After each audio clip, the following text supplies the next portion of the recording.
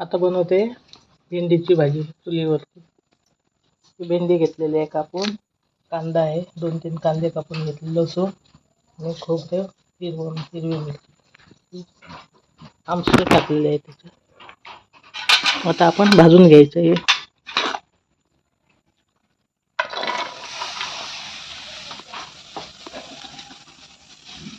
त्याच्यात 2-4 आमसूल टाकून आपण आधी भाजून घ्यायचं आहे, मग चिकट होत नाही भेंडीची भाजी.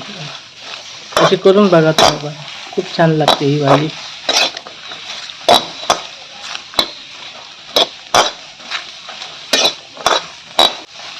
ही चांगली भाजून घ्यायची आधी, नंतर आपण फोडणी करायची.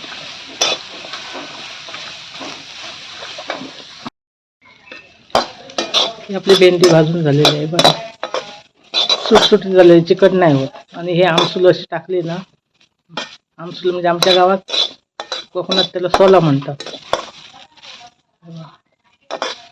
त्याच्यामुळे चिकटपणा कमी होतो त्याचा. आता मी काढून घेते. हे छान भाजून झालेली आहे. मोहरी जिरं टाकलेलं आहे, तेल तापल्यावर तर लसूण टाकलेले आहे बघ. लसूण आपण चांगले तेलात टिचून घ्यायची.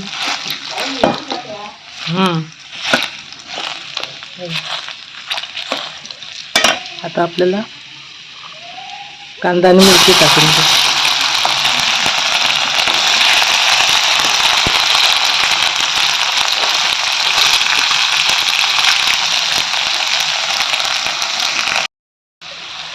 कांदा आता चांगला भाजलेला आहे आपला.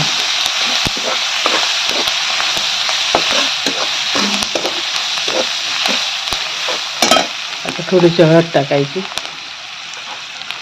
आणि चवीपुरतं आपल्याला मीठ टाकायचं. आता चांगलं परतून घ्यायचं आपल्याला हे.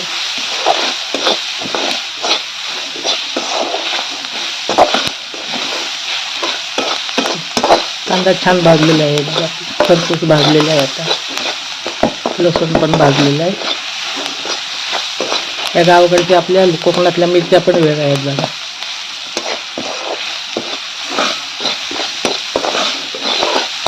भाजून ठेवली भेंडी घालणार आहे.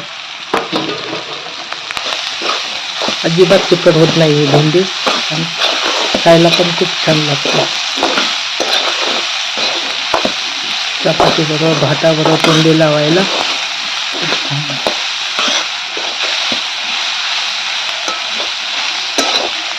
चांगलं परतून घ्यायचं आपल्याला हे. वरून खोबरं टाकायचं आहे आपल्याला आणि 5 मिनिटं आपल्याला झाकून ठेवायचं. आपली भेंडीची भाजी आता तयार आहे बघा. खूप सुंदर भाजी झालेली आहे. तुम्ही अशी नक्की करून बघा, खूप छान लागतं. आम्ही कोकणातले असल्यामुळे आम्हाला खोबरं लागतं, ओलं खोबरं भाजीला. तुम्ही नाही घातलं तरी चालेल, ऑप्शनल आहे तुमच्यासाठी. तुम्ही करून बघा नक्की. आवडल्यास माझा चॅनल सबस्क्राईब करा.